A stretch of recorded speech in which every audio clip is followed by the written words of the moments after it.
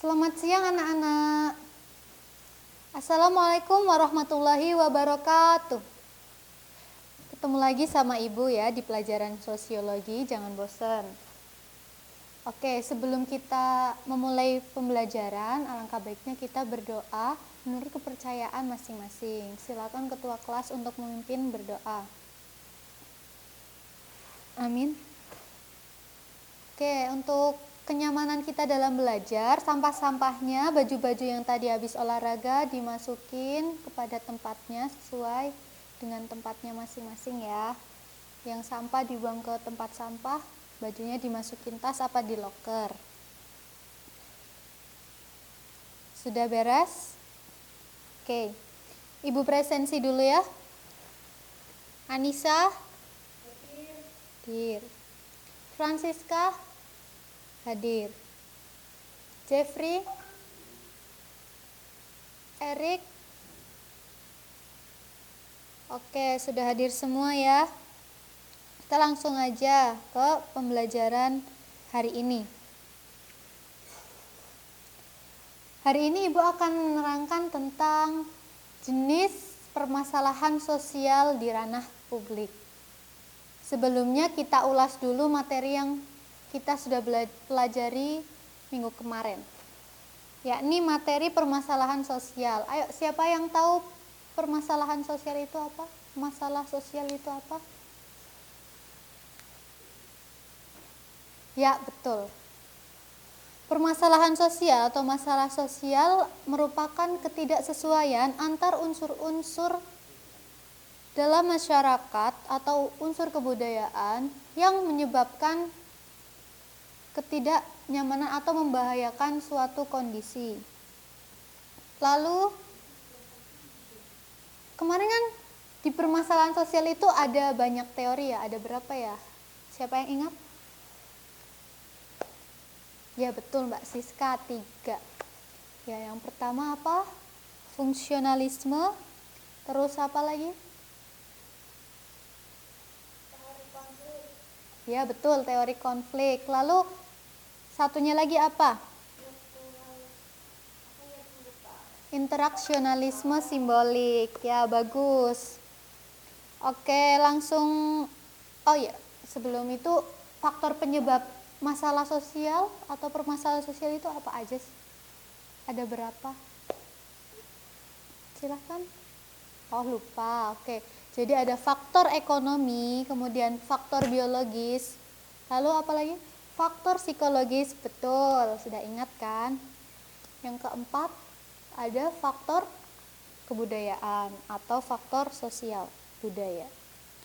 Ya, langsung kita ke pembelajaran pada siang hari ini. Pada intinya kita akan belajar tentang jenis-jenis permasalahan sosial. Silahkan kalian simak dulu video yang Ibu kasih 5 menit ya.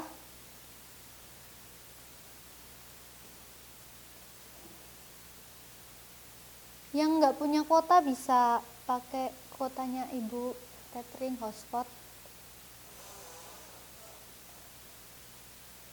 Sudah ya?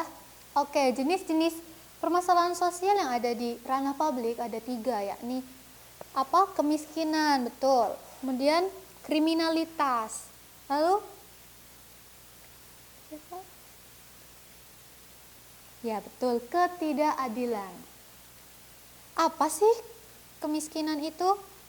Menurut Kunchoro-Ningrat, kemiskinan adalah ketidakmampuan seseorang untuk memenuhi kebutuhannya secara standar minimum. Maksudnya apa? Maksudnya itu standar minimum itu yang biasanya dapat dicapai oleh seluruh atau secara umum masyarakat, tapi dia tidak bisa. Seperti apa? Makan, makanan, pakaian, sama tempat tinggal. Salah satu atau kesemuanya itu dia tidak bisa memenuhi secara sempurna atau dengan baik. Selanjutnya, bentuk-bentuk kemiskinan itu ada 2, yakni absolut dan relatif. Kalau absolut itu merupakan kemiskinan yang Dipengaruhi karena pendapatan itu lebih rendah dari garis kemungkinan, atau maksudnya itu antara kebutuhan dan pendapatan itu tidak berbanding sejajar, pendapatannya itu lebih rendah. Kemudian yang relatif itu artinya ya relatif, jadi kemiskinan seseorang dapat dikatakan miskin jika dibandingkan dengan seseorang yang lebih kaya, seperti itu. Lalu ada kemiskinan yang lain, jenis-jenis yang lain itu ada natural, kultural, dan struktural. Nanti kalian baca sendiri di buku pegangan kalian. Kemudian faktor penyebab kemiskinan itu apa aja? Ada 4. Yang pertama pribadi, dari tadi ada yang penyakit, ada pemborosan, dan lain-lain, bisa dibaca juga kan, kalian pasti sudah belajar. Kemudian ada geografis, lalu ekonomi dan sosial. Lalu pemerintah melakukan apa sih yang bisa untuk mengupayakan kemiskinan supaya berkurang di negara ini? Ya, contohnya ada program simpanan keluarga, kemudian program Indonesia Pintar bagi siswa-siswa yang tidak mampu bisa melanjutkan sekolah ke jenjang yang lebih tinggi. Kemudian ada apa? Ya, bukan, tapi program Indonesia Sehat yang dulunya itu BPJS namanya. Lalu ada kriminalitas sebagai masalah sosial. Jadi adanya kemiskinan itu meningkatkan tingkat kriminalitas di suatu negara. Kriminalitas itu termasuk dalam penyimpangan sosial. Penyimpangan sosial itu secara keseluruhan tidak semuanya termasuk dalam tindak pidana, tapi kalau sudah masuk ke kriminalitas itu sudah masuk ke dalam tindak pidana, jadi harus dihukum oleh yang berwenang, seperti itu. Jadi tadi yang ketiga apa setelah kemiskinan dan kriminalitas? Oke, benar, ketidakadilan. Ketidakadilan itu contoh-contohnya atau bentuk-bentuk ketidakadilan adalah sebagai berikut, yakni subordinasi atau penomorduaan, kemudian ada marginalisasi atau seperti pengucilan, kemudian apa lagi? Stereotip,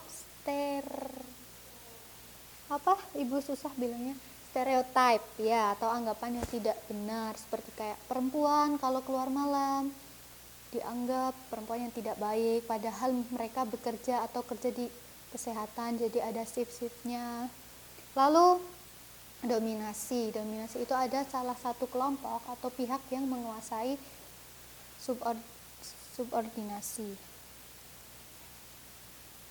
Oke, karena waktu yang kita miliki itu terbatas, jadi Ibu hanya bisa menerangkan secara global. Jadi rencananya Ibu akan memberikan tugas untuk kalian. Mau nggak?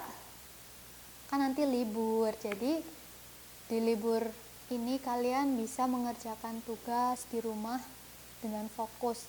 Tugasnya apa? Jadi dibagi kelompok dulu ya, hitung sampai 3 atau satu baris, itu satu kelompok, terserah kalian, ketua kelasnya nanti mengkoordinir ya. Nanti dibagi kelompok 1 kelompok kemiskinan, lalu kelompok 2 kelompok kriminalitas, dan kelompok 3 kelompok ketidakadilan. Jadi tugasnya apa?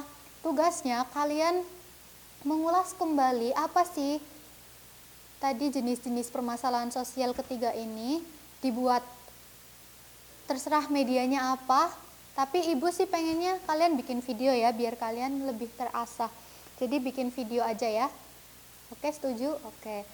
Jadi bikin video, durasinya maksimal 10-15 menit aja. Nanti menerangkan tentang 3 jenis permasalahan sosial itu, nanti dikumpulkan minggu depan setelah liburan. Oke, sekian dari Ibu. Mohon maaf apabila banyak kekurangan. Semoga ilmunya bermanfaat. Tetap semangat. Wassalamualaikum warahmatullahi wabarakatuh.